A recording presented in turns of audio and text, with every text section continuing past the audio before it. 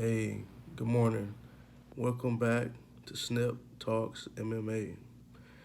Today, we're going to talk about the highly anticipated matchup in the lightweight division between Khabib Nurmagomedov, the lightweight champion, against Tony El Kukui Ferguson. Now, what's interesting with this fight is, this probably been booked about 15,000 times. Somebody's always hurt. It's either Tony with the weird training. I don't know if you've seen any of his videos. They leaked that sparring video. Or Khabib, what they doing up there with DC and Kane, all those guys, what they training, how they train. I mean, they both train kind of wild. I just hope that this fight actually happened. So, if I had to analyze this fight, well, the better striker is Tony Ferguson.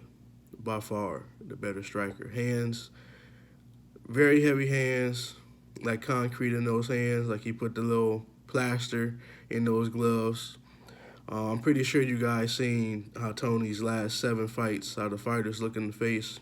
I mean, Cowboy's eye, if he would have just never blew his nose, looked crazy. Showtime looked crazy after the fight. I mean, he's butchering people's faces, battering their faces.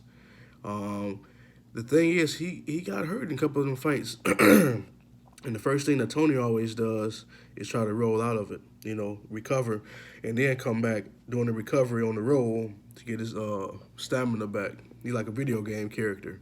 If you ever played UFC 3, you understand what I'm saying. Then we got Khabib with the striking. Khabib striking is cool, man, but I think what makes his striking stand out is the fact that he's a heck of a wrestler. So if he do a lot of feints, his punching. You see how he caught Connor. He faked the takedown. He faked the double leg. Boom, overhand right. And I think a lot of the wrestlers, high-level wrestlers, like Dan Henderson, that's why that overhand right works so well. Matt Hughes, throughout his career, it just catch you off guard because, you expected, oh, man, he gonna take me down. He coming from my legs. I need to defend the takedown. So, striking advantage, obviously I'm giving it to Tony Ferguson. When we go to grappling, now, one thing people forget, Tony Ferguson is a heck of a wrestler. A really good wrestler. He even utilizes wrestling in some of his fights. But his wrestling is not like Nurmagomedov's. Now, those guys at Dagestan, all those guys, they breed wrestlers. It really is like the only way to get out of Dagestan is to wrestle. So the wrestling advantage obviously goes to Nurmagomedov, just because, he'll shoot for a single, and he would not let that single go, and then he'll double shoot, come back in, go high, go low, still go for the double. You hit them with elbows. This is probably what's going to happen. Tony's going to hit him with some elbows, and Nurmagomedov still going to go for the takedown anyway until he get it and achieve the takedown. Now, the difference in this fight, outside of the striking and the grappling, it is submissions. Now, we do know that Nurmagomedov got good submissions off his, when he's in back mount for the rear naked choke, or neck crank like he did Connor. So, in the fight, if I had to analyze it, this is how I think it'll go. You start off a filling out process. Tony's will catch him a couple times. Nurmagomedov will figure out to try to a takedown. The goal here, if I'm Nurmagomedov, I got to get him against the fence. If I can get him against the fence and can hold him, now I can go ahead and wear him down. As Rogan say, I'm mauling him. I'm trying to get him, drain him, get him tired. So I'm going to keep trying to get him tired, but we know that Tony got world-class cardio, world-class stamina.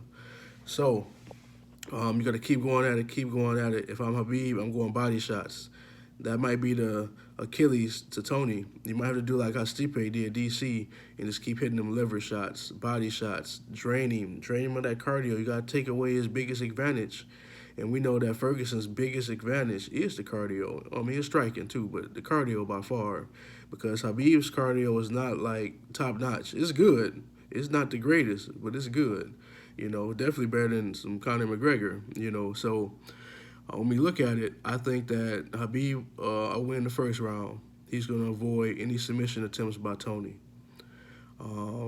Second round, I think that Tony's going to catch Khabib in the darts.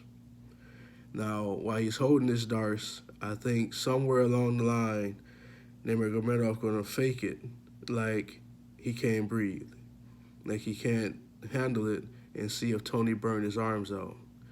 And then from there, that's when Nurmagomedov is going to continue to fight, eventually ground and pound him, and Tony's going to roll.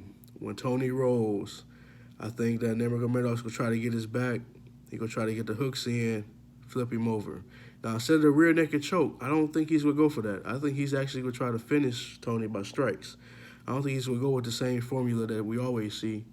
So my prediction in that fight is Nurmagomedov's second round, end of the second round, or the beginning of the third round, ground and pound, and still the champion. And then we'll see what happens from there. It's a lot of interesting fights that he can do after that. I know he's talking about retiring after the Tony fight, but I really think he should keep fighting, at least finish out the rest of 2020. But you guys tell me what you think about my prediction between Khabib Nurmagomedov and Tony Ferguson, upcoming fight. Like, share, subscribe. Catch you in the next one.